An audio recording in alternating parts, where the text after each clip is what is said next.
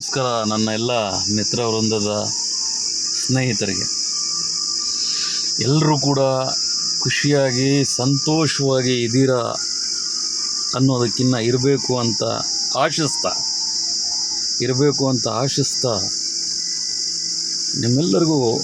ನಿಮ್ಮೆಲ್ಲರ ಜೊತೆ ಒಂದು ಸಣ್ಣ ಸಮಯ. ನನಗೆ ಒಂದು ಸಣ್ಣ ಪ್ರಶ್ನೆ ಕಾಡುತ್ತೆ. ಇವತ್ತು ಆ್ಯಕ್ಚುಲಿ ನಾನು ಸೋಮೇನಹಳ್ಳಿನೋ ಇದು ಒಂದು ಅಮ್ಮನವರ ದೇವಸ್ಥಾನ, ಅಕುಮಾರಿ ಅಮ್ಮನ ದೇವಸ್ಥಾನ ಅಂತ. I just came with some people, they are very old people. ಅವರು ದರ್ಶನಕ್ಕೆ ಹೋಗಿದ್ದಾರೆ. It takes 2 or 3 hours. ಅವ್ರು ಭಾಳಷ್ಟು ಮಂದಿ ಇಲ್ಲಿ ಬಂದು ಸೇರ್ತಾರೆ, ಅವ್ರ ಫ್ಯಾಮಿಲಿ ಮೆಂಬರ್ಸ್ ಎಲ್ಲ. So this is an very special day ಅವ್ರಿಗೆ. ಸೊ ಅವರು ರೆಗ್ಯುಲರಾಗಿ ಯಾರನ್ನೋ ಕರ್ಕೊಂಡು ಬರ್ತಿದ್ದವರು ನೀವು ಬನ್ನಿ ಅಂತ ಹೇಳಿ they given one invite to reach here. So ನಾನು ಬಂದಿದ್ದೇನೆ. So they went for darshan. ನಾನು ಬಹಳ ದೂರದಿಂದ ನೋಡಿದೆ, ಭಾಳ ರಶ್ ಇತ್ತು. ಭಾಳ ಅದ್ಭುತವಾದ ಸುಂದರವಾದ ವಿಗ್ರಹ. ಆ ವಿಗ್ರಹಕ್ಕಿಂತ ಮುಂದೆ ಬಲಭಾಗದಲ್ಲಿ ಒಂದು ದೊಡ್ಡ ಹುತ್ತ ಇದೆ. ಸೊ ವೆರಿ ಆಸ್ಪೀಷಿಯಸ್ ಅದು ಆ ದೇವಸ್ಥಾನ, ಭಾಳ ಸುಂದರವಾಗಿದೆ ನೋಡೋದಕ್ಕೆ. ಅನಂತರದಲ್ಲಿ ಇಲ್ಲೊಂದಷ್ಟು ಮಂದಿ ಪ್ರಸಾದ ಹಂಚ್ತಿದ್ರು, ಅಂಗಡಿಗಳು ಹಾಕಿದ್ರು, ಶಾಪ್ಸ್ ಇತ್ತು. ಇದೆಲ್ಲದರ ಮಧ್ಯೆ ನನಗೆ ಈಗ ಸಿಕ್ಕಂಥ ಒಂದು ಸಣ್ಣ ಸಮಯ ನನಗೇನು ಅನ್ನಿಸ್ತಿದೆ ಅನ್ನೋದನ್ನು ಎಲ್ಲರ ಜೊತೆ ಶೇರ್ ಮಾಡ್ಕೊಳ್ಳೋಣ ಅಂತ. ಸೊ ನಿನ್ನೆ ನೈಟ್ ಕೂಡ ಡ್ರೈವ್ ಮಾಡಿರೋದ್ರಿಂದ ಇಟ್ಸ್ ಓಕೆ. ಬಟ್ ನಾನು ಅಷ್ಟೊಂದು ಸ್ಟ್ರೆಸ್ ಇಲ್ಲ, ಸ್ವಲ್ಪ ಕಣ್ಣು ನಿದ್ದೆ ಬೇಕು ಅಂತ. But when I reach the home I will take the rest, no problem. But I am okay to drive. So ಈ ಪ್ರಯಾಣ ಎಲ್ಲಿಂದ ಪ್ರಾರಂಭ ಆಯಿತು? ನಾನು ನಿಮ್ಗೆ ಇಷ್ಟಕ್ಕೆ ಮೊದಲೇ ಹೇಳಿದ್ದೇನೆ, ಪ್ರಯಾಣ ಅಥವಾ ಪಯಣ, ಪ್ರೀತಿಯ ಕಡೆಗೆ ಪಯಣ, ಪ್ರೀತಿಯ ಜೊತೆಗೆ ಅಂತ ಸುಮಾರು ಹೆಚ್ಚು ಕಡಿಮೆ ಒಂದು 25 ವರ್ಷಗಳು ನಿರಂತರವಾಗಿ ಎಲ್ಲೂ ಕೂಡ ನನ್ನ ಆರೋಗ್ಯ ಸಮಸ್ಯೆ ಬಂದಾಗ 1 ವರ್ಷ ಆಗಲೂ ನಾನು ನನ್ನ ಪ್ರಯಾಣವನ್ನು ನಿಲ್ಲಿಸಿದವನಲ್ಲ. ಸ್ವಲ್ಪ ಸಮಾಧಾನ ಮಾಡಿಕೊಂಡು ಒಂದಷ್ಟು ಸಮಯ ಮಂಚಕ್ಕೆ ಆಸೀನನಾಗುವಂಥ ಸಂದರ್ಭ ಕೂಡ ಬಂದಂಥ ದಿನಗಳಿತ್ತು ನನ್ನ ಜೀವನದಲ್ಲಿ. ಬಟ್ ಸ್ಟಿಲ್ ನನ್ನ ಪ್ರಯಾಣವನ್ನು ಭಗವಂತ ನಿಲ್ಲಿಸಲಿಲ್ಲ. My journey is always it's a passionate journey. ನಂದೊಂದು ರೀತಿ professional journey. It never ends. ಹಾಗೇ ನಡೀತಾ ಇದೆ. ಬಹಳಷ್ಟು ಅದು ಒಂದು ಪ್ರೈವೇಟು ಬಸ್ಗಳು, ಅನಂತರದಲ್ಲಿ KSRTC ಬಸ್ಗಳು, ಎಕ್ಸಿಕ್ಯೂಟಿವ್ ಬಸ್ಗಳು. ನನ್ನ ಪ್ರಯಾಣ ನಡೆದಿದ್ದಂತಹ ಒಂದು ವಿಧಾನ ಬಹಳ ವಿಶೇಷವಾಗಿ ಚಿಕ್ಕ ಮಗು ಇದ್ದಾಗ ಕೆಲವೊಂದು ಸ್ಥಳಗಳಲ್ಲಿ ರಿಕ್ಷಾ ಹತ್ತಿ ಓಡಾಡಿದಂಥ ದಿನಗಳು, ಮೈಸೂರಿನಲ್ಲಿ ಟಾಂಗಾ ಹತ್ತಿ, ಕುದುರೆ ಗಾಡಿ ಹತ್ತಿ ಪ್ರಯಾಣ ಮಾಡಿದಂಥ ಅನುಭವ. ಏನಿದೆ ಈ ಜೀವನ ಅಂತಕ್ಕಂಥ ಪ್ರಶ್ನೆಗೆ ಇದೆಲ್ಲ ಉತ್ತರ. ಆನಂತರದಲ್ಲಿ ನಾನು ತೆಗೆದುಕೊಂಡಂತಹ ಬಹಳ ವಿಶೇಷವಾದ ವೆಹಿಕಲ್, ನೋ ಪ್ರಾಬ್ಲಮ್. ನೀವೆಲ್ಲ ಕೇಳಿದಿರೋ ಇಲ್ಲೋ ಗೊತ್ತಿಲ್ಲ, ಯಾವಾಗಾದರೂ ಫ್ರೀ ಇದ್ದರೆ ಸರ್ಚ್ ಮಾಡಿ, ಸುಜುಕಿ ಸಮುರಾಯ್ ಗಾಡಿನ. ಅದು ಆ ಒಂದು ಕ್ಯಾಪ್ಷನಿಂದ ಆ ಗಾಡಿ ತೊಗೊಳ್ಳೋ ಅಂಥ ಸ್ಥಿತಿ ನಿರ್ಮಾಣ ಆಗಿತ್ತು. No problem. ಯಾತಕ್ರಿ ಪ್ರಾಬ್ಲಮ್ಮನ್ನು ಫೇಸ್ ಮಾಡಬೇಕು? ಇಲ್ಲ, ಪ್ರಾಬ್ಲಮ್ ಇಲ್ಲ ಅಂತಲ್ಲ, ಅದು ಬಂದಂತಹ ವಿಧಾನಗಳನ್ನು ನಾವು ಹೇಗೆ ಕ್ರಾಸ್ ಮಾಡ್ತೀವಿ ಅನ್ನೋದಕ್ಕೋಸ್ಕರ ನನ್ನ ಹತ್ರ ಒಂದಷ್ಟು ದಿನ ನನ್ನನ್ನು ಈ ಒಂದು ದೇಹವನ್ನು ಇಲ್ಲಿಂದ ಅಲ್ಲಿ, ಅಲ್ಲಿಂದ ಇಲ್ಲಿ ಸುತ್ತಿಸಿದಂತಹ ನೋ ಪ್ರಾಬ್ಲಮ್ ಆ ಗಾಡಿ, ಸುಜುಕಿ ಸಮುರಾಯ್ ಅಂತ ಗಾಡಿನಲ್ಲಿ ಓಡಾಡಿದಂಥ ದಿನಗಳು. ಅನಂತರದಲ್ಲಿ ನನ್ನ ಕಾಲಿಗೆ ಪೆಟ್ಟಾಗಿ ಮೂಳೆ ಒಳಗಾದಾಗ ನನ್ನ ಸ್ನೇಹಿತ ಕೊಟ್ಟಂತಹ ಬಜಾಜ್ ಚೇತಕ್, ಎಲ್ಲೋ ಒಂದು ಕಡೆ ಹೋಲಿಕೆ ಸರಿನೋ ತಪ್ಪೋ ಗೊತ್ತಿಲ್ಲ, ಆ ಗಾಡಿ ಮೇಲೆ ಕೂತಾಗ ಅಣ್ಣ ಅವರು ಒಂದು ಹಾಡಿದೆ, ಆ ಹಾಡನ್ನು ನೆನಪು ಮಾಡಿಕೊಂಡು ನಾನು ಅದನ್ನು ಸಾಗದಂತಹ ದಿನಗಳು. ಅದು ನನ್ನನ್ನು ವಿಶೇಷವಾಗಿ ಒಂದಷ್ಟು ಮಂದಿ ನೋಡಿದಂಥ ದಿನಗಳು ಕೂಡ ಇತ್ತು. ಏನಿದು ಆ ಚೇತಕ್ಕು ನಮ್ಮ ಹಳ್ಳಿ ಕಡೆ ಹೋಗ್ತಿದ್ದೆ, ಇದು ಯಾವುದು ಈ ಗಾಡಿ ಅಂತ ಹೇಳಿ ಭಾಳ ವಿಶೇಷವಾಗಿ ನಾನು ಬೆಳಗ್ಗೆ ಸಾಯಂಕಾಲ ಈ ಕಡೆಯಿಂದ ಮುಳುಬಾಗ್ಲು, ಆ ಕಡೆಯಿಂದ ನಂಗ್ಲಿ ಹೀಗೆ ಓಡಾಡ್ತಿದ್ದೆ ನಾನು. ಅದು ಬೆಂಗಳೂರೆಲ್ಲ ಸುತ್ತಾಡಿದೆ. ಯಾಕೆಂದರೆ ನಾನು ಕಾಲು ಪೆಟ್ಟಾದಾಗ ನನ್ನ ಹತ್ರ ವೆಹಿಕಲ್ ಇರಲಿಲ್ಲ. ಅಂಥ ಸಂದರ್ಭದಲ್ಲಿ ನನ್ನ ಸ್ನೇಹಿತ ಕೊಡ್ತಾನೆ, ಓಡಿಸ್ಕೋ ಸ್ವಲ್ಪ ದಿನ ಅಂತ. ಅದರಲ್ಲಿ ವಿಶೇಷತೆ ಏನಪ್ಪ ಅಂದರೆ ಬೊಗ್ಗಿಸಿ ಹೊಡೆಯೋದು. ಆ ಬಜಾಜ್ ಚೇತಕ್ ಸ್ಪೆಷಾಲಿಟಿನೇ ಹಾಗೆ. ಆ ಪೆಟ್ರೋಲ್ ಪಾಸ್ ಆಗಬೇಕು ಅಂದರೆ ಬಗ್ಗಿಸ್ಬಿಟ್ಟು ಮೇಲಕ್ಕೆತ್ತಿ ಅದು ಕಿಕ್ ಮಾಡಿದ್ರೆ ಆ ಗಾಡಿ ಮುಂದಕ್ಕೆ ಹೋಗುತ್ತೆ. ಸೊ ಅದು ಆ ಬಜಾಜ್ ಚೇತಕನ ಅದ್ಭುತವಾದ ವಿಶೇಷ ಗುಣಲಕ್ಷಣ ಅದು, ಬಗ್ಗಿಸಿ ಸ್ಟಾರ್ಟ್ ಮಾಡ್ತಕ್ಕಂಥ ಒಂದು ವಿಧಾನ. ಸೊ ಆ ನಂತರದಲ್ಲಿ ತೆಗೆದುಕೊಂಡಂತಹ ಶೈನ್ ಗಾಡಿ, ಹೋಂಡಾ ಶೈನ್, ಇದೆಲ್ಲ ಪ್ರಯಾಣದ ಒಂದು ಆಯ್ಕೆ, ಪ್ರಯಾಣದ ಒಂದು ವಿಧಾನ, ಪ್ರಯಾಣದ ಹಂತ ನಾನು ಹೇಳ್ತಾ ಇರ್ತಕ್ಕಂಥದ್ದು. ಆ ನಂತರದಲ್ಲಿ ಚುಕುಬುಕು ಅಂತ ರೈಲ್ ಹತ್ತಿದಂತಹ ದಿನಗಳು, ರೈಲ್ನಲ್ಲಿ ಪ್ರಯಾಣಗಳು, ಆಮೇಲೆ ದೂರಕ್ಕೆ ಪ್ರಯಾಣ ಮಾಡೋ, ಮತ್ತು ಇನ್ನೊಂದು ಸಲ ಮನಸ್ಸಿಗೆ ಸಂತೋಷ ಕೊಡ್ತಕ್ಕಂಥ ಸಂದರ್ಭದಲ್ಲಿ ನನ್ನ ಪತ್ನಿಯೊಂದಿಗೆ ವಿಮಾನದಲ್ಲಿ ಹೋದಂತಹ ದಿನ. ಸೊ ಹೀಗೆ ಹಲವಾರು. ಆಮೇಲೆ ಏನೂ ಇಲ್ಲ, ಬಹಳ ಕಷ್ಟ ಸ್ಥಿತಿ ನಿರ್ಮಾಣ ಆದಾಗ ಒಂದು ಪುಟ್ಟ ಬಜಾಜ್ ಕ್ಯೂಟ್ ಎಲ್ಲೋ ಗಾಡಿನಲ್ಲಿ ನನ್ನ ಬೆಂಗಳೂರಿನ ಹೊಸ ಜೀವನವನ್ನು ರೂಪಿಸಿದಂತಹ ಒಂದು ಗಾಡಿ ಅದು. ಹೊಸ ಜೀವನವನ್ನೇ ರೂಪಿಸ್ತು. ಆಮೇಲೆ ನಾನೆಂದೋ ಟ್ರೈನಿಂಗ್ ತೆಗೆದುಕೊಂಡಿದ್ದಂತಹ ಮಾರುತಿ ಸುಜುಕಿ ಅಂತಕ್ಕಂಥ ಕಾರು, ಆ ಕಾರ್ ಶೋರೂಮ್ನಲ್ಲಿ ಕೆಲಸ ಮಾಡ್ತಿದ್ದೆ, ಟ್ರೈನಿಂಗ್ ತೊಗೊಳ್ತಿದ್ದೆ. ಆವಾಗ ಕಂಡ ಕನಸಿಗೆ ಈ ಥರ ನೋಡಿ, ಈ ಕಾರನ್ನು ಬಹಳ ಕಷ್ಟಪಟ್ಟರೆ ಸಿಕ್ಕಂತಹ ಕಾರಿದು. ಸುಮಾರು ಈ ಕಾರನ್ನು ಪಡ್ಕೊಳ್ಳೋದಕ್ಕೆ ನಾನು ಪಟ್ಟಂಥ ಶ್ರಮ ಹೆಚ್ಚು ಕಡಿಮೆ 18 ವರ್ಷನೋ 16 ವರ್ಷನೋ. ಯಾವುದೂ ಸುಲಭ ಇಲ್ಲ ಈ ಪ್ರಪಂಚದಲ್ಲಿ. ಮಾತು ಸುಲಭ ಇಲ್ಲ, ಊಟ ಸುಲಭ ಇಲ್ಲ, ದುಡ್ಡು ಸುಲಭ ಇಲ್ಲ, ಆರೋಗ್ಯ ಸುಲಭ ಇಲ್ಲ. ತುಂಬ ಕಷ್ಟಪಟ್ಟರೆ ನಿದ್ದೆ ಕೂಡ ಸುಲಭ ಇಲ್ಲ. ತುಂಬ ಜನ ಬಟ್ಟೆ ಸುಲಭ ಇಲ್ಲ, ನೋಡಿದ ತಕ್ಷಣ ಬೇಕು ಅಂತಕ್ಕಂತಹ ಒಳ್ಳೆಯ ಗಾಳಿ ಸುಲಭ ಇಲ್ಲ. ಉಸಿರಾಡಬೇಕು, ಒಳ್ಳೆ ಗಾಳಿ ಬೇಕು ಅಂತಂದರೆ ಒಳ್ಳೆ ಗಾಳಿ ಸುಲಭ ಇಲ್ಲ. ಕುಡಿಬೇಕು ಅಂದಾಗ ಶುದ್ಧವಾದ ನೀರು ಸುಲಭ ಇಲ್ಲ. ಅಂತಹ ಕಠಿಣವಾದ ಜೀವನಗಳು, ಅಂತಹ ಜೀವನದ ಶೈಲಿಯಲ್ಲಿ, ಜೀವನದ ವಿಧಾನದಲ್ಲಿ ಬದುಕು ರೂಪಿಸ್ಕೊಳ್ಳೋದಕ್ಕೆ ಅಂತ ನಡೆಸಿದಂತಹ ಹೋರಾಟ ಈಗ 39ನೇ ವರ್ಷಕ್ಕೆ ಇನ್ನೊಂದು 10 ದಿನ ಹೋದರೆ ನನ್ನನ್ನು ತಲುಪಿಸ್ಬಿಡುತ್ತೆ. ಒಂದೊಂದು ಕೂಡ ನಾವು ಆಗ ನಮಗೇನೂ ಗೊತ್ತಾಗ್ತಿರ್ಲಿಲ್ಲ. ಬೆಳಗ್ಗೆ ತುಮಕೂರಲ್ಲಿ ಕೆಲಸ ಅಂತಂದರೆ, ಮಾರ್ಕೆಟಿಂಗು ಸೇಲ್ಸಲ್ಲಿದ್ದಾಗ ತುಮಕೂರಿನಲ್ಲಿ ಕೆಲಸ ಅಂತಂದರೆ ಪೀಣ್ಯದಲ್ಲಿ ನಡೀತಾ ಇದ್ದಂತಹ ರಸ್ತೆ ಅದು ನಮ್ಮನ್ನು 2 ಗಂಟೆಗಳ ಸಮಯ ನಮ್ಮನ್ನು ರೋಡ್ನಲ್ಲಿ ಕಟ್ಟ ಹಾಕ್ಬಿಡ್ತಿತ್ತು. ಆ ಬೆಳಗ್ಗೆ ಅಷ್ಟೊತ್ತಿಗೆ ತಿಂಡಿ ಇರ್ತಿರಲಿಲ್ಲ. ಮನೆಯಿಂದ ಮೈನ್ ರೋಡ್ವರೆಗೂ ನಡ್ಕೊಂಬರ್ಬೇಕು. ಅದೊಂದು ಸಣ್ಣ ಬೆಟ್ಟ ಇದ್ದಂಗೆ ಇರೋದು. ನಮ್ಗೆ ಆಗ ವಯಸ್ಸಲ್ಲಿ ಗೊತ್ತಾಗ್ತಿರ್ಲಿಲ್ಲ, ಆ ಸಣ್ಣ ಬೆಟ್ಟವೇ ಅದು. ನಾವೆಲ್ಲೋ ಡೌನಲ್ಲಿ ಇರ್ತಿದ್ವಿ ಮನೆಗಳಲ್ಲಿ. ಆ ಮೈನ್ ರೋಡಿಗೆ ಬಂದು ಬಸ್ ಹತ್ತಬೇಕು ಅಂತಂದರೆ ನಮ್ಗೆ ಗೊತ್ತೇ ಆಗ್ತಿತ್ತು. ಸೀದಾ ಬರ್ತಿದ್ವಿ, ಬಸ್ ಹತ್ತಿದ್ವಿ. ಎಲ್ಲಿ ನಮಗೆ ಲೇಟ್ ಆಗ್ಬಿಡುತ್ತೋ ರೀಚ್ ಆಗೋದು ಅಂಥೇಳಿ, ಅಷ್ಟೊತ್ತಿಗೆ ತಿಂಡಿ ಇದೆಯೋ ಇಲ್ವೋ ಅಂತ ಹೇಳಿ ಬಸ್ ಹತ್ಬಿಟ್ರೆ ಆ 2.5 ಅವರು ಬಸ್ನಲ್ಲಿ ಹೊಟ್ಟೆಗೆ ಊಟ ಇಲ್ಲದೆ ಕೂತಂಥ ದಿನಗಳು. ಅದ್ರ ಮಧ್ಯೆ ಆಗೆಲ್ಲ ಕೂಡ ಈ ಮೆಜೆಸ್ಟಿಕ್ನಲ್ಲಿ ಸಿಗ್ತಾ ಇದ್ದಂತಹ FM ರೇಡಿಯೋಗಳನ್ನು ಇಟ್ಕೊಂಡು ಅದು ಎಲ್ಲಿ ನೆಟ್ವರ್ಕ್ ಸಿಗುತ್ತೆ ಅಂತ ಹೇಳಿ ಅದಕ್ಕೆ ಕನೆಕ್ಟ್ ಮಾಡ್ತಿದ್ವಿ. ಯಾವುದಾದ್ರೂ ಕಬ್ಬಿಣದ ನಟ್ಟಿದ್ದರೆ ಅದಕ್ಕೆ ಟಚ್ ಮಾಡಿದ್ರೆ ಸ್ವಲ್ಪ ಮಟ್ಟಿಗೆ ಅದು ಗ್ರಾಸ್ಪ್ ಮಾಡುತ್ತೆ ಆ ಫ್ರೀಕ್ವೆನ್ಸಿ ಅಂತೇಳಿ ಅದನ್ನು ಟಚ್ ಮಾಡ್ಕೊಂಡು ಕಿವಿಗೆ 2 ಇಟ್ಕೊಂಡ್ಬಿಟ್ಟು ಯಾವುದೋ ಬರ್ತಿದ್ದಂಥ ಒಂದಷ್ಟು ಹಾಡುಗಳು, RJಗಳು ಮಾತಾಡ್ತಾ ಇದ್ದಂತಹ ಅದ್ಭುತವಾದ ಮಾತುಗಳನ್ನೆಲ್ಲ ಕೇಳ್ತಾ ಸುಂದರವಾದ ಕ್ಷಣಗಳನ್ನು ಅನುಭವಿಸ್ತಾ ಹಸಿವಿದ್ರೂ ಕೂಡ ಆಮೇಲೆ ಇಳಿದ ಮೇಲೆ ದಬಾದಿಬ ಅಂತ. ಇದು ಬರೀ ಒಂದು ತುಮಕೂರಿಗೆ ಸೀಮಿತ ಅಲ್ಲ, ಮಾಗಡಿ ಹೋಗಿದ್ದೇವೆ. ಆನಂತರದಲ್ಲಿ ಈ ಕಡೆ ಕೋಲಾರ, ಮುಳಬಾಗಿಲು, ಬಂಗಾರಪೇಟೆ, KGF, ಯಾವ ಊರಿಲ್ಲ. ಮುಳಬಾಗಿಲು ಹೆಜ್ಜೆ ಕೆಲಸಗಳು ಮಾಡಿದಂತಹ ದಿನಗಳು, ಅದು ಅನುಭವ, ಎಕ್ಸ್ಪೀರಿಯನ್ಸ್. ಈ ಕಡೆ ಬಂದರೆ ದೊಡ್ಡಬಳ್ಳಾಪುರದಲ್ಲಿ ಫರ್ಗಾಟನ್, ನಾವೆಲ್ಲ ಕೂಡ ಮಾರ್ಕೆಟ್ ಪಕ್ಕದಲ್ಲಿ ಒಂದು ಕಾಂಪ್ಲೆಕ್ಸ್ನಲ್ಲಿದ್ದರು ಒಬ್ಬರು ಡಿಸ್ಟ್ರಿಬ್ಯೂಟರು. ಮೈಸೂರಿನಲ್ಲಿ ಲಾಂಚಿಂಗು, ಅಲ್ಲಿ ಏನೋ ಒಂದು ಸ್ವಲ್ಪ ಅಸಂದರ್ಭ ನಡೀತಿತ್ತು. ಅಂಥ ಟೈಮಲ್ಲಿ ಲಾಂಚಿಂಗ್ ಅಂತ ಕರೆದ್ಬಿಟ್ರು. ಒಳಗಡೆ ಪುಕ ಭಯಗಳು. ಆ ಲಾಂಚಿಂಗ್ ಟೈಮ್ನಲ್ಲಿ ಅಲ್ಲಿ ಹೋಗಬಾರ್ದು, ಇಲ್ಲಿ ಹೋಗಬಾರ್ದು, ಈ ರೀತಿ ರಿಸ್ಟ್ರಿಕ್ಷನ್. ಅದ್ರ ಮಧ್ಯೆ ಕಾಲಿಗಾಗಿರ್ತಕ್ಕಂಥ ಪೆಟ್ಟು, ಆ ಕಾಲಿಗೆ ಏಟಾಗಿ ಮೂಳೆ ಮುರಿತಕ್ಕೊಳಗಾದಾಗ ಕೆಲಸ ಮಾಡಲೇಬೇಕಾದಂಥ ಅನಿವಾರ್ಯತೆಗಳು. ಜೀವನ ಇರೋದೇ ಹಾಗೆ, ಕೂತ್ಕೊಂಡ್ರೆ ಅಂಥ ಸ್ಥಿತಿ ಇಲ್ಲ. ಜೀವನ ನಡೆದು ಬರೋದೇ ಹಾಗೆ. ಎಲ್ಲ ಸ್ಥಿತಿ ಒಂದೇ ಥರ ಇರೋದಿಲ್ಲ. ಇವತ್ತು ಹೀಗಿದೆ, ನಾಳೆ ಹೇಗೋ ಗೊತ್ತಿಲ್ಲ. ಇಂತಹ ಒಂದು ಜೀವನ ವಿಧಾನಗಳಿರ್ತದೆ.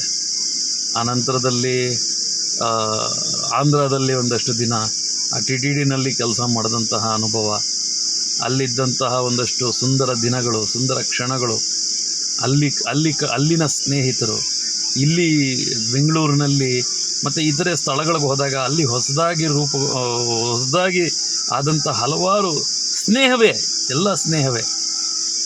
ಆನಂತರದಲ್ಲಿ ಇತ್ತೀಚೆಗೆ ಈ ಪ್ರಯಾಣದಲ್ಲಿ ಆ ಕ್ಯೂಟು ಡಿಸೈರ್ನಲ್ಲಿ ಭಾಳಷ್ಟು ಮಂದಿ ನನ್ನ ಜೊತೆ ಕುಳಿತುಕೊಂಡು ಒಂದಷ್ಟು ದೂರ ನಮ್ಮ ಆ ಪ್ರಯಾಣದ ಒಂದು ಸವಿ ಎಂಜಾಯ್ಮೆಂಟ್. ಅವರು ಎಲ್ಲಿಗೆ ಹೋಗ್ತಿದ್ರು ಅವ್ರ ಪಾಡ್ಗೆ ಅವ್ರ ಕೆಲಸಗಳು ಮಾಡಿಕೊಂಡ್ರು ಕೂಡ ದೇ ಆರ್ ಆಲ್ ಬಿಕಮ್ ಏನು ಹೇಳ್ತೀವಿ, ಒಂದು ಪಾರ್ಟ್ ಆಫ್ ಲೈಫ್ ಆಗಿಬಿಟ್ಟಿರ್ತಾರೆ ಗೊತ್ತಿಲ್ಲದೆ. ಬಟ್ ಎಲ್ಲರೂ ಆಗಿರ್ತಾರೆ ಅಂತಲ್ಲ, if the people who remembered, ಅವ್ರು ಜ್ಞಾಪಿಸ್ಕೊಂಡ್ರೆ ಇಂಥ ಅದ್ಭುತವಾದ ಜೀವನಗಳನ್ನು ರೂಪಿಸ್ಕೋಬೇಕು ಅಂತಂದರೆ ಅಷ್ಟು ಸುಲಭ ಇರೋದಿಲ್ಲ. ಎಲ್ಲ ವ್ಯಕ್ತಿಗಳಿಗೂ ಕೂಡ ಮಾತಾಗಿರ್ಬೋದು, ಹಣ ಆಗಿರ್ಬೋದು, ಅವರ ಶ್ರೇಷ್ಠತೆ, ಅವರ ಗೌರವ, ಅವರ ಸಂಸ್ಕಾರ, ಅವರ ನಡೆ, ಅವರ ನುಡಿ ಎಲ್ಲವೂ ಕೂಡ ಅಭ್ಯಾಸದಿಂದ ಬರಬೇಕು ಅಥವಾ ಗುರು ಹಿರಿಯರ ಆಶೀರ್ವಾದದಿಂದ ಬರಬೇಕಾಗಿರ್ತದೆ. ಯಾವುದು ಸುಲಭಕ್ಕೆ ನೀವೆಲ್ಲ ಕೇಳಿರ್ಬೋದು. ಇಂಥದ್ದೊಂದು ಕತೆ ಹೇಳೋದಕ್ಕೆ ನಾನು ಇಷ್ಟಪಡ್ತೇನೆ. ಈ ಹುಳಿ ದ್ರಾಕ್ಷಿ ಕತೆ. ನಾವು ಓದಿದ ಪಾಠ ಯಾವುದೂ ಕೂಡ ವ್ಯರ್ಥ ಅಲ್ಲ. ತಿಳ್ಕೊಂಡಿರ್ತಕ್ಕಂತಹ ಭಾಷೆ, ಕಲ್ತಿರ್ತಕ್ಕಂತಹ ವಿದ್ಯೆ, ನಾವು ಪಡೆದುಕೊಂಡಿರ್ತಕ್ಕಂಥ ಎಕ್ಸ್ಪೀರಿಯನ್ಸ್. ಅಜ್ಜಿ ಜೊತೆ ಬೋಂಡ ವಡೆ ಹಾಕುವಂಥ ದಿನಗಳಿತ್ತು. ಬೋಂಡ ವಡೆ ಹಾಕಿ ಕೆ ಜಿ ಈರುಳ್ಳಿಗಳನ್ನು ಕಣ್ಣಲ್ಲಿ ನೀರು ಸೋಸ್ಕೊಂಡು ಹೆಚ್ಚಿರ್ತಕ್ಕಂಥ ದಿನಗಳು. ಹಸಿಮೆಣಸಿನ್ಕಾಯಿ ಹೆಚ್ಚಿದ್ರೆ ಕೈಯೆಲ್ಲ ಖಾರ ಆದರೆ ಅದು ಖಾರ ಆಗುತ್ತೆ, ಉರಿಯುತ್ತೆ ಅನ್ನೋದು ಗೊತ್ತಿಲ್ಲದೆ ರಾಶಿ ಮೆಣಸಿನಕಾಯಿ ಹೆಚ್ಚಿ ಉರಿಸ್ಕೊಂಡು ಅದನ್ನು ಗೊತ್ತಿಲ್ಲದೆ ಕಣ್ಣು ಮುಟ್ಕೊಂಡು ಬಾಯಲ್ಲಿಟ್ಕೊಂಡು ಏನು ಮಾಡಬೇಕು ಗೊತ್ತಿಲ್ಲದೆ ಮರಳಲ್ಲಿ ಕೈಯನ್ನು ಇಟ್ಟು ಹಿಸುಕಿರ್ತಕ್ಕಂಥ ದಿನಗಳುಂಟು. ಇದೆಲ್ಲ ಅನುಭವ. Not only this is not my self, ನಾನೇನೋ ಕಷ್ಟಪಟ್ಟಿರ್ತೀನಿ ಅಂತ ಹೇಳ್ತಾ ಇರ್ತಕ್ಕಂಥದ್ದಲ್ಲ. ಭಾಳಷ್ಟು ಮಂದಿ ಇಂಥ ಹಾದಿಯನ್ನು, ಮುಳ್ಳಿನ ಹಾದಿ ಇರ್ತದೆ, ನೀರಿನ ಹಾದಿ ಇರ್ತದೆ, ಕಲ್ಲಿನ ಹಾದಿ ಇರ್ತದೆ, ಕಣ್ಣೀರಿನ ಹಾದಿ ಇರ್ತದೆ, ಕಾಲಲ್ಲಿ ರಕ್ತ ಹರಿಸಿರ್ತಕ್ಕಂಥ ದಿನಗಳಿರ್ತದೆ. ಅಂದರೆ ಬೆಂಕಿಯ ಹಾದಿ ಇರ್ತದೆ. ಕೆಲವರು ನಡೆಯುವಂಥ ಹಾದಿನಲ್ಲಿ ಸುಡ್ತಾ ಇರತಕ್ಕಂಥ ರಸ್ತೆಗಳಲ್ಲಿ ಚಪ್ಪಲಿಗಳಿಲ್ಲದೆ ನಡೀತಾ ಇರತಕ್ಕಂಥವ್ರು ಇವತ್ತಿಗೂ ಇದ್ದಾರೆ. ಬಟ್ ಎಲ್ಲ ಕೂಡ ಅನುಭವ. ದಾಟಬೇಕು. ಇದು ಸಮುದ್ರದಲ್ಲಿ ಯಾವುದೇ ರೀತಿಯಾದಂತಹ ನಮಗೆ ಸಪೋರ್ಟ್ ಇಲ್ಲದೆ ಈಜು ಗೆಲ್ತಕ್ಕಂಥದ್ದೇ ಜೀವನ. ಸಮುದ್ರದಲ್ಲಿ ಬಿದ್ದುಬಿಟ್ಟಿರ್ತೀವಿ, ಯಾವ ಸಪೋರ್ಟ್ ಇಲ್ಲ. ಭಯ ಏನಾಗುತ್ತೆ, ನಾವು ಸೇರ್ತೀವ, ದಡ ಸಿಗುತ್ತಾ ಇಲ್ವಾ, ನಾವು ಎಲ್ಲಿದ್ದೀವಿ ಅನ್ನೋದು ನಮಗೆ ಗೊತ್ತಿರಲ್ಲ. ಆ ದಡವನ್ನು ಹುಡುಕೊಂಡು ಹೋಗೋದಿದೆಯಲ್ಲ, ಎಲ್ಲ ಕಡೆ ನೀವು ನೋಡಿದಷ್ಟು, ಕಣ್ಣು ಹಾಸಿದಷ್ಟು ಕೂಡ ನೀರೇ ಇರ್ತದೆ. ಸಮುದ್ರದ ಮಧ್ಯದಲ್ಲಿ ಬಿದ್ದುಬಿಟ್ಟು ಯಾರೂ ಇಲ್ಲ ಅಂದರೆ, ಯಾಕೆಂದರೆ ದಡ ಕಾಣಿಸ್ತಾ ಇದ್ದರೂ ಕೂಡ ನಮಗೆ ಅನುಮಾನ ಇರ್ತದೆ, ಆ ಕಡೆ ಹೋದರೆ ದಡ ಸಿಗ್ತದೋ ಇಲ್ವೋ ಅಂತ. ಯಾಕೆಂದರೆ ಭಯ. ಈ ಕಡೆ ನೋಡಿದ್ರೆ ನೀರು, ಆ ಕಡೆ ನೋಡಿದ್ರೆ ನೀರು, ಆ ಕಡೆ ನೋಡಿದ್ರೆ ನೀರು.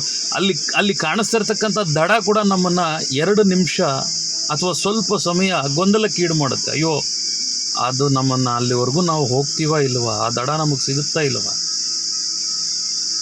ನೀವೆಲ್ಲ ಕೇಳಿರ್ಬೋದು ಈ ಒಯಾಸಿಸ್ಗಳು, ಮರೀಚಿಕೆ ಅಂತ ಹೇಳ್ತಾರೆ. ಈ ಮರಳುಗಾಡಿನಲ್ಲಿ ನೀರು ಹುಡ್ಕೊಂಡು ಪಾಪ ಹುಡುಕ್ತಿದ್ರೆ ಎಲ್ಲ ಕಡೆ ಒಂಥರ ಈಗ ಅಲೆ ಥರ. ನೀವು ಯಾವುದಾದ್ರೂ ಟಾರ್ ರೋಡ್ ಮೇಲೆ ಕೂಡ ನಿಮ್ಗೆ ಒಳ್ಳೆ ಬಿಸಿಲಿದ್ದಾಗ ಕಾಣಿಸ್ತದೆ, ಏನೋ ನೀರು ಹರಿತಾ ಇದ್ದಂಗೆ ಹಿಂಗೆ ಕಾಣಿಸ್ತಿರ್ತದೆ. ಅಲ್ಲಿ ಹತ್ತಿರ ಹೋದರೆ ನೀರು ಇರೋದಿಲ್ಲ. ಅಲ್ಲಿಗೆ ಸೇರ್ತಕ್ಕಂಥದ್ದು ಇದೆಯಲ್ಲ, ಹೋಗಿ ಅದು ನೀರೇ ಆಗಿರಬೇಕು ಅಂಥ ಸ್ಥಳಕ್ಕೆ ನಾವು ಹೋಗಿದ್ದೀವಿ ಅಂತಕ್ಕಂಥದ್ದು, ಅಥವಾ ದಡಕ್ಕೆ ಹೋಗಿದ್ದೇವೆ, ದಡ ಸಿಕ್ಕಿದೆ ನಮಗೆ ಅಂತಕ್ಕಂಥದ್ದು. ದಾಹ ಆದವರಿಗೆ ನೀರಾದರೆ ಆ ಸಿಕ್ಕಿದಾಗ ಆಗ್ತಕ್ಕಂಥ ಸಂತೋಷ. ಬಳಲಿ ಬೆಂಡಾಗ್ಬಿಟ್ಟು ನನ್ನ ಕೈಲಿ ಗೆಲ್ಲೋದಕ್ಕೆ ಸಾಧ್ಯ ಇಲ್ಲ ಅಂದವ್ರಿಗೆ ದಡ ಕಾಣಿಸ್ಬಿಟ್ಟು ದಡದ ಮೇಲೆ 1 ನಿಮಿಷ ಬಂದು ಕೂತ್ರೆ ಹೋದ ಜೀವ ಚೇತರಿಸ್ಕೊಳ್ಳೋಕೆ ಕೂಡ ಸ್ವಲ್ಪ ಸಮಯ ಬೇಕಾಗ್ತದೆ. ಅದರಿಂದ ಬದುಕುವ ವಿಧಾನ ಇಲ್ಲಿ ಯಾರೂ ಹೇಳಿಸ್ಕೊಡೋದಿಲ್ಲ ಅಂತಲ್ಲ, ಕಲಿಯುವ ಆಸಕ್ತಿ ನಮ್ಗಳಲ್ಲಿ ಇಲ್ಲ ಅಂತಕ್ಕಂಥದ್ದು. ಹೇಳಿಸ್ಕೊಡ್ತಾ ಇದ್ದರೆ ಎಷ್ಟೋ ಮಂದಿ ಎಷ್ಟೋ ವಿಧವಾಗಿ ಎಷ್ಟೋ ಥರನಾದ ಎಲ್ಲವೂ ವ್ಯರ್ಥವಾದಂತಹ ವಿಚಾರಗಳೆಲ್ಲ ಕಡೆ ಇಲ್ಲ. ಎಲ್ಲ ಕಡೆ ವ್ಯರ್ಥ ವಿಚಾರಗಳಿಲ್ಲ. ಎಂತೆಂಥ ಅದ್ಭುತವಾದ ಗಾದೆಗಳು ನಮ್ಮ ಹಿರಿಯರು ಕೊಟ್ಟಿರ್ತಕ್ಕಂಥದ್ದು, ಎಂತೆಂತಹ ಅದ್ಭುತವಾದ ಸಿಂಪ್ಲಿಫೈ ಆಗಿ ಹೇಳಿರ್ತಕ್ಕಂಥ ಎಷ್ಟೋ ವಿಷಯಗಳು. ಕಾಯಕವೇ ಕೈಲಾಸ, ಕೈ ಕೆಸರಾದರೆ ಬಾಯಿ ಮೊಸರು ಅಂದರು. ಇವತ್ತು ಕೈ ಕೆಸರಾದರೆ ಬಾಯಿ ಮೊಸರು ಅಂದರೆ ಅದರಲ್ಲಿ ತಮಾಷೆ ಮಾಡ್ತಕ್ಕಂಥ ಗುಣಲಕ್ಷಣಗಳಿರ್ತಕ್ಕಂಥದ್ದು. ಯಾವುದೋ ಒಂದು ಸಾಂದರ್ಭಿಕವಾಗಿ ನಡೀತಕ್ಕಂಥ ಚಿತ್ರಣಗಳಲ್ಲಿ ತಮಾಷೆಯನ್ನು ನೋಡ್ತಕ್ಕಂಥದ್ದಕ್ಕೂ, ನಿಜ ಜೀವನದಲ್ಲಿ ವ್ಯಾವಹಾರಿಕ ವಿಧಾನಗಳಲ್ಲಿ ತಮಾಷೆಗಳನ್ನು ನೋಡ್ತಕ್ಕಂಥದ್ದನ್ನು ನೋಡಿದಾಗ ಬೇಜಾರಾಗ್ತಿದಲ್ಲ, ನಿಂಗಲ್ಲ, ಲೆಟಸ್. ಏಕೆಂದರೆ ಇನ್ನೂ ಒಂದು ವಿಷಯ ಹೇಳ್ತೇನೆ. ಹಿಂದಿನ ಕಾಲದಲ್ಲಿ ಯಾವುದಾದ್ರೂ ಒಂದು ಪುಸ್ತಕವನ್ನು ಅಥವಾ ಒಂದು ವಿಡಿಯೋವನ್ನು ತಗೋಬೇಕು, ನೋಡಬೇಕು, ಕೇಳಬೇಕು ಅಂತಂದರೆ ಅದು ಉಚಿತವಾಗಿ ಸಿಗ್ತಾ ಇರಲಿಲ್ಲ. ದುಡ್ಡು ಕೊಟ್ಟು ತೊಗೋಬೇಕಾಗಿತ್ತು, ಇಲ್ಲ ಇನ್ನೊಬ್ಬರು ಗೈಡ್ ಮಾಡಬೇಕಾಗಿತ್ತು ಒಂದು ಸ್ವಲ್ಪ ಹೊತ್ತು ಆ ಪುಸ್ತಕವನ್ನು ಓದಿ ಅಂತ. ಯಾಕೆಂದರೆ ರೆಫರೆನ್ಸ್ ಅಂತ ಹೇಳ್ತಾರೆ. ಆ ರೆಫರೆನ್ಸಲ್ಲಿ ನೋಡ್ತಕ್ಕಂಥ ವಿಡಿಯೋಗಳಾಗಿರ್ಬೇಕೆಲ್ಲ ಒಂದಷ್ಟು ಎಲ್ಲವೂ ಅಲ್ಲದೇ ಇದ್ದರೂ ಕೂಡ ಕೆಲವು ವಿಷಯಗಳು ಅರ್ಥ ಆಗದೇ ಇರತಕ್ಕಂಥವ್ರಿಗೆ ಹೇಳ್ತಾ ಇರ್ತಕ್ಕಂಥದ್ದು. ಒಬ್ಬರು ರೆಫರ್ ಮಾಡಬೇಕು, ಅವ್ನು ನೋಡು ಆ ವಿಡಿಯೋ ನೋಡಿ ಹೇಗಿದೆ, ಅದರಲ್ಲಿ ಏನೋ ಒಂದು ವಿಷಯ ನಿಂಗೆ ಸಿಗಬಹುದೇನೋ ಅಂತಕ್ಕಂಥದ್ದು. ಅಂತಹ ವಿಡಿಯೋಗಳು ಆ ಗುರುಗಳು ಹೇಳ್ತಕ್ಕಂತಹ ಯಾವುದೋ ವಿಷಯವನ್ನು ಎಲ್ಲೋ ಎಡಿಟ್ ಮಾಡಿಬಿಟ್ಟು ಅದನ್ನು ಯಾವುದಕ್ಕೋ ಇನ್ನೊಂದು ಕಟ್ ಪೇಸ್ಟ್ ಮಾಡಿಬಿಟ್ಟು ಅವರು ಹೇಳೋದೊಂದು, ಇಲ್ಲಿ ಇವ್ರ ಅರ್ಥಗಳು ಮಾಡ್ಕೊಳ್ತಕ್ಕಂಥದ್ದು ಇನ್ನೊಂದು, ಮತ್ತೆ ಇನ್ನೇನೋ ಆಗ್ತಕ್ಕಂಥದ್ದು ಮಗದೊಂದು. ವಿಚಾರ ಸಂಪೂರ್ಣವಾಗಿದ್ದರೆ ಪರವಾಗಿಲ್ಲ, ಅರ್ಧಂಬರ್ಧ ಅರ್ಥ ಮಾಡ್ಕೊಳ್ತಕ್ಕಂಥವ್ರು, ಅವರಿಗೆ ಅಷ್ಟು ಜ್ಞಾನ ಇದ್ದರೆ ಅವ್ರು ಹೇಳಿರ್ತಕ್ಕಂಥದ್ದು ಈ ವಿಚಾರವಾಗಿ ಅಂತ ಅರ್ಥ ಮಾಡ್ಕೊಳ್ತಕ್ಕಂಥ ಶಕ್ತಿ ಇರೋರಿಗೆ ಏನು ಎಡಿಟ್ ಮಾಡಿದ್ರು ಅವ್ರಿಗೆ ಬೇಕಾಗಿರ್ತಕ್ಕಂಥ ಆ ಕಂಟೆಂಟ್ ಅವ್ರಿಗೆ ರೀಚ್ ಆಗುತ್ತೆ. ಸಂಪೂರ್ಣ ತಿಳಿಯೋದವರು, ಅದನ್ನು ಪೂರ್ತಿ ಏನೂ ಅರ್ಥ ಮಾಡ್ಕೊಳ್ಳೋದವರು ಅವ್ರ ಇಷ್ಟಾನುಸಾರವಾಗಿ ಅದನ್ನು ಹೇಗೆ ಬೇಕೋ ಹಾಗೆ ತಿರುಚಿ ಅದಕ್ಕೆ ವರ್ಣನೆಯಲ್ಲಿ ಇನ್ನೊಂದಷ್ಟು ಪುಂಖಾನುಪುಂಖ ಅದಕ್ಕೆ ಸೇರಿಸಿ ಇಲ್ಲದನ್ನೆಲ್ಲ ಅದಕ್ಕೆ ಬೆರೆಸಿ ಆ ರೀತಿಯಾಗಿ ಅದನ್ನು ತಲುಪಿಸ್ತಕ್ಕಂತಹ ವಿಧಾನ ಇದೆಯಲ್ಲ, ಅದು ಎಷ್ಟರ ಮಟ್ಟಿಗೆ ಸರಿ ಅಂತ. ಯಾವ ವಿಷಯ ಆದರೂ ಅಷ್ಟೇ, ಸಂಪೂರ್ಣತೆ ಇಲ್ಲ ಅಂತಂದರೆ ಅದರಲ್ಲಿ ಯಾವುದೇ ರೀತಿಯಾದಂತಹ ವಿಚಾರಗಳನ್ನು ಅರ್ಥ ಮಾಡ್ಕೊಳ್ತಕ್ಕಂಥ ಶಕ್ತಿ ಇಲ್ಲ ಅಂತಂದರೆ, ಅದಕ್ಕೆ ನಮ್ಮಲ್ಲಿ ನೋಡಿ ವಿದ್ಯೆ ಕೂಡ ಹಾಗೆ ಇಟ್ಟಿದ್ದಾರೆ. ಅವರವರ ಶಕ್ತಿಗೆ ಅನುಸಾರವಾಗಿ, ಅವರವರ ಅರ್ಹತೆಗೆ ಅನುಸಾರವಾಗಿ ಅವರು ಇದನ್ನು ಓದಿ ಅಂತ. ಆರ್ಟ್ಸ್ ಕೊಟ್ಟರು, ಕಾಮರ್ಸ್ ಕೊಟ್ಟರು, ವಿಜ್ಞಾನ ಕೊಟ್ಟರು, ಅದನ್ನೆಲ್ಲ ಬರೆದಿರ್ತಕ್ಕಂಥವ್ರು ಯಾರು? ಅವರೆಲ್ಲ ಏನೇನು ಡಿಗ್ರಿಗಳು ಮಾಡಿ ಆ ಪುಸ್ತಕಗಳನ್ನೆಲ್ಲ ಬರೆದ್ರೆ ಹಾಗಿದ್ದರೆ ಗುರ್ತಿಟ್ಕೊಳ್ಳಿ. ಆ ಪುಸ್ತಕಗಳು, ಈ ಜ್ಞಾನ ಅಂತಕ್ಕಂಥದ್ದು ಅನುಭವದಿಂದ ಬರ್ತದೆ. ಜ್ಞಾನ ಅಂತಕ್ಕಂಥದ್ದು ಅನುಭವದಿಂದ ಬರ್ತದೆ, ಎಕ್ಸ್ಪೀರಿಯನ್ಸಿಂದ ಬರ್ತದೆ. ಅದು ಪುಸ್ತಕದಿಂದ ಬರ್ತಕ್ಕಂಥದ್ದಲ್ಲ. ಏನೋ ಮೈ ಸರಿ ಇಲ್ಲ ಅಂತಂದರೆ ಇವತ್ತು ಯಾವ ಪುಸ್ತಕ ಹೇಳಲಿಲ್ಲ, ಯಾವ ರೋಗಕ್ಕೆ ಯಾವ ಔಷಧ ಅಂತಕ್ಕಂಥದ್ದು ನಮ್ಮ ಹಿರಿಯರು, ನಮ್ಮ ಹಳೆ ಕಾಲದ ಮಂದಿ ಆ ಬೇವನ್ನು ಬಳಸ್ತಾಯಿದ್ರು, ಕರಿಬೇವನ್ನು ಬಳಸ್ತಾಯಿದ್ರು, ತುಳಸಿಯನ್ನು ಬಳಸ್ತಾಯಿದ್ರು. ಮನೆ ಮದ್ದುಗಳು, ಅದಕ್ಕೆ ಪ್ರಮಾಣಗಳಿದೆ, ಸರಿಯಾಗಿ ತಿಳ್ಕೊಳ್ಳೋದೇ ಅಲ್ಲ. ಯಾವುದೋ ಅಮ್ಮ ಹಾಕಿದೆ ಅಂತ ಹೇಳಿ ಅದನ್ನು ಆ ಥರದ್ದೆಲ್ಲ ಇದ್ದಾಗ ಅವರು ಅದನ್ನು ಬಳಸ್ತಕ್ಕಂಥ ವಿಧಾನ. ಗಂಟಲು ನೋವು ಬಂದರೆ ಕಷಾಯಗಳು ಮಾಡಿಕೊಡ್ತಕ್ಕಂತಹ ದಿನಗಳಿತ್ತು.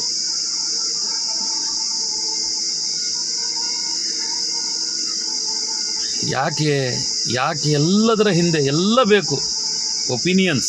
ಈ ಒಪಿನಿಯನ್ ತಗೋ, ಇದು ಬರೀ ಒಂದು ವಿದ್ಯೆಯಿಂದ ಹಿಡಿದು ಎಲ್ಲದರಲ್ಲೂ ಕೂಡ first opinion, second opinion, third opinion, at the end of the day ಆಗೋದೇ ಆಗ್ತಿದೆ. ಬದಲಾವಣೆ ಅಂತಕ್ಕಂಥದ್ದು ಒಂದು ಕಿಂಚಿತ್ ಆಗೋದೇ ಆಗ್ತಾಯಿದೆ. ಹಿರಿಯರ ಬಾಯಿ ಮುಚ್ಚಿಸ್ಬಿಟ್ರಿ, ಒಳ್ಳೆಯದು ಕೆಟ್ಟದ್ದು ಮಾತನಾಡ್ತಕ್ಕಂಥದ್ದು ಮನೆಗಳಲ್ಲಿ ಬಿಟ್ಟುಬಿಟ್ಟು ಹೇಳಿದ್ದೇ ಸರಿ ಅಂತ ಈಗ ಹೇಳೋವ್ರ ಬಾಯಿಗಳು ಮುಚ್ಚಿಸ್ತಕ್ಕಂಥ ಸ್ಥಿತಿಗಳು ನಿರ್ಮಾಣ ಮಾಡ್ತಾ ಹೋದರೆ, ಒಳ್ಳೇದು ಹೇಳ್ತಕ್ಕಂಥವ್ರ ಬಾಯಿಗಳನ್ನು ಕೂಡ ಬೀಗಗಳು ಹಾಕ್ಕೊಂಡು ಇಟ್ಕೊಳ್ಳಿ ಬಾಯಿಗೆ ಅಂತ ಹೇಳಿಬಿಟ್ಟು ಅಂಥವ್ರ ಒಳ್ಳೆಯ ಮಾತುಗಳನ್ನು ಕೂಡ, ವಿಚಾರಗಳಿರ್ತಕ್ಕಂತಹ ವಿಷಯಗಳನ್ನು ಮುಚ್ಚಿಟ್ರೆ ಅದು ಕೆಡಲ್ಲ. ವಿಚಾರ ಇರ್ತಕ್ಕಂಥ ವಿಷಯಗಳನ್ನು ನೀವು ಎಲ್ಲಿ ಮುಚ್ಚಿಟ್ರೋ ಅದು ಕೆಡೋದಿಲ್ಲ.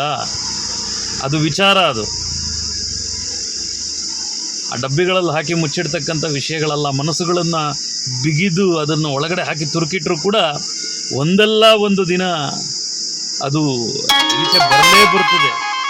ವಿಚಾರ ನಾನು ಹೇಳ್ತಾ ಇರ್ತಕ್ಕಂಥದ್ದು, ವಿಷಯ ನಾನು ಹೇಳ್ತಿರ್ತಕ್ಕಂಥದ್ದು, ಅದು ವಿದ್ಯೆ ಆಗಿರ್ಬೋದು, ಇಂತಹ ಯಾವುದೋ ಒಂದು ಸಂಗೀತದ ವಿಚಾರ ಆಗಿರ್ಬೋದು, ಅಥವಾ ಮತ್ತಿನ್ಯಾವುದೋ ಅಡಿಗೆಯ ವಿಚಾರ ಆಗಿರಬಹುದು, ಎಲ್ಲವೂ ಕೂಡ ಸತ್ಯ ಅಂತಕ್ಕಂಥದ್ದು ಬಹಳ ಕಠಿಣವಾಗಿರ್ತಕ್ಕಂಥದ್ದು. ಅದರ ಮುಂದೆ ಕ್ಷಣಿಕದಲ್ಲಿ ಗೆದ್ದೆ ಅಂದರೆ ಕರ್ಮ ಅಂತಕ್ಕಂಥದ್ದು ಬೆಂಬಿಡದೆ ಬರ್ತದೆ, ಅಳಿಸ್ತದೆ, ನೋಯಿಸ್ತದೆ.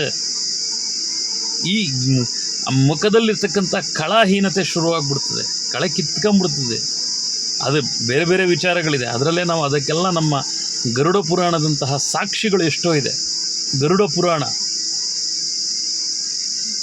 ಎಂತಹ ತಪ್ಪಿಗೆ ಎಂತಹ ಕೆಟ್ಟ ಸ್ಥಿತಿ ಮಾನಸಿಕವಾಗಿ ನಿರ್ಮಾಣ ಆಗುತ್ತೆ ಅಂತಕ್ಕಂಥದ್ದನ್ನು ಅಷ್ಟು ಕ್ಲೀನಾಗಿ ಹೇಳಿ ಅದರ ವಿವರಣೆಗಳನ್ನು ಕೊಟ್ಟರೂ ಕೂಡ ಮೋಸ ಅನ್ಯಾಯ ಅಂತಕ್ಕಂಥದ್ದು ಅದಕ್ಕೆ ಅರ್ಥಹೀನವಾಗಿ ತಯಾರಿ ಮಾಡಿಕೊಂಡು ಜೀವನ ನಡೆಸ್ತಕ್ಕಂಥ ಪರಿಸ್ಥಿತಿನಲ್ಲಿ ನಾವು ಇನ್ನೂ ಇರ್ತೀವಿ ಅಂತಂದರೆ ಎಷ್ಟು ಬದಲಾಯಿಸಿದ್ರೂ ಮನುಷ್ಯ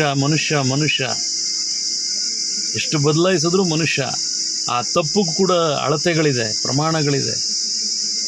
ಅಂತಹ ಸ್ಥಿತಿ ಎಲ್ಲ ಕೂಡ ನಾವು ಮರೆತು ಎರೇಸ್ ಮಾಡ್ತಾ ಇದ್ದರೂ ಕೂಡ ನಮ್ಮ ಮನಸ್ಸಿನಲ್ಲಿರ್ತಕ್ಕಂತಹ ದೋಷಗಳನ್ನು ನಾವೆಷ್ಟು ಅಳಿಸೋದಕ್ಕೆ ಸಾಧ್ಯ?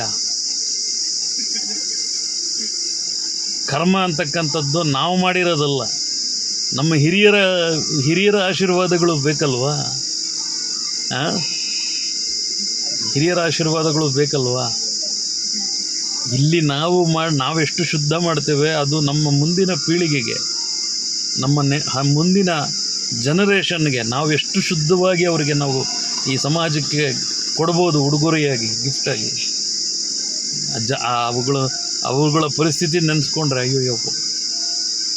ಹೀಗೆ ಬಹಳಷ್ಟು ವಿಚಾರಗಳು ಸ್ನೇಹಿತರೆ, ಬಹಳಷ್ಟು ವಿಚಾರಗಳು ತುಂಬ ಹೇಳ್ಕೊಡುತ್ತೆ. ನಾನು ಅದನ್ನು ಹೇಳ್ತೇನೆ, ನಮ್ಮ ದೊಡ್ಡವರು ಹೇಳಿರ್ತಕ್ಕಂಥ ಒಂದೊಂದು ಮಾತು ಕೂಡ ಆಣಿಮುತ್ಯ ಅಂದರೆ ಅದು ಅಷ್ಟು ಸುಲಭಕ್ಕೆ ಸಿಗ್ತಕ್ಕಂಥದ್ದಲ್ಲ. ಅದು ಕ್ರಿಯೇಟ್ ಆಗೋದಕ್ಕೆ ಎಷ್ಟು ಅದ್ಭುತವಾಗಿರ್ತದೆ, ಅದು ನೋಡೋದಕ್ಕೆ ಎಷ್ಟು ಅದ್ಭುತವಾಗಿರ್ತದೆ. ಅದು ಒಂದು ಒಳ್ಳೆ ಇದರೊಳಗಡೆ ಇರ್ತದೆ, ಕಪ್ಪೆ ಚಿಪ್ಪಿನ ರೀತಿಯಲ್ಲಿ ಮುದುಡಿ ಅದರೊಳಗಡೆ ಇರ್ತದೆ ಆಣಿಮುತ್ಯ. ಅದು ಪಳ ಅಂತ ಅದನ್ನು ದಕ್ಕಿಸ್ಕೊಳ್ಳೋದಕ್ಕೆ ಎಷ್ಟು ಕಷ್ಟ ಇರ್ತದೆ. ವ್ಯಾಲ್ಯೂಯಬಲ್ ಆಣಿಮುತ್ಯಗಳು ಅಂತ. ಅದು ಮುತ್ತಿನ ರೀತಿ ಪೋಣಿಸ್ಬಿಟ್ಟು ಹಾಕ್ಕೊಂಡ್ರೆ ಅದನ್ನೇ ಎಷ್ಟು ಅದ್ಭುತವಾಗಿರ್ತದೆ. ಅದೆಲ್ಲ ನೋಡೋವಂತಹ ಕಣ್ಣು, ಅದನ್ನು ಆನಂದಿಸ್ತಕ್ಕಂತಹ ಮನಸ್ಸಿರಬೇಕು. ಪ್ರತಿಯೊಂದಕ್ಕೂ ಅಷ್ಟೇ, ಒಬ್ಬ ವ್ಯಕ್ತಿಯಲ್ಲಿ ಯಾವುದೋ ಒಂದು ಇಲ್ಲ ಅಂತಂದರೆ ಯಾಕೆ ನಮಗಿಲ್ಲ ಅನ್ನತಕ್ಕಂತಹ ಭಾವನೆ ಬರಬೇಕಾಗಲಿ. ಅವ್ರಿಗಿದೆ ನನಗಿಲ್ಲ ಅಂತಕ್ಕಂಥದ್ದಲ್ಲ. ಆ ಬಂದ ಭಾವನೆ ನಮ್ಮನ್ನು ಆ ರೀತಿ ನಾವು ಯಾಕೆ ಆ ಪೋಷಣೆಯನ್ನು ಮಾಡ್ಕೊಳ್ಳೋದಕ್ಕೆ ಸಾಧ್ಯ ಇಲ್ಲ ಮಾನಸಿಕವಾಗಿ. ನಾನು ಹೇಳ್ತಾ ಇರ್ತಕ್ಕಂಥದ್ದು ಮಾನಸಿಕವಾಗಿ ದೃಢತೆಯನ್ನು, ಮಾನಸಿಕವಾಗಿರ್ತಕ್ಕಂತಹ ಸ್ವಚ್ಛತೆಯನ್ನು ಇವತ್ತು ಹೇಳ್ತಾರೆ.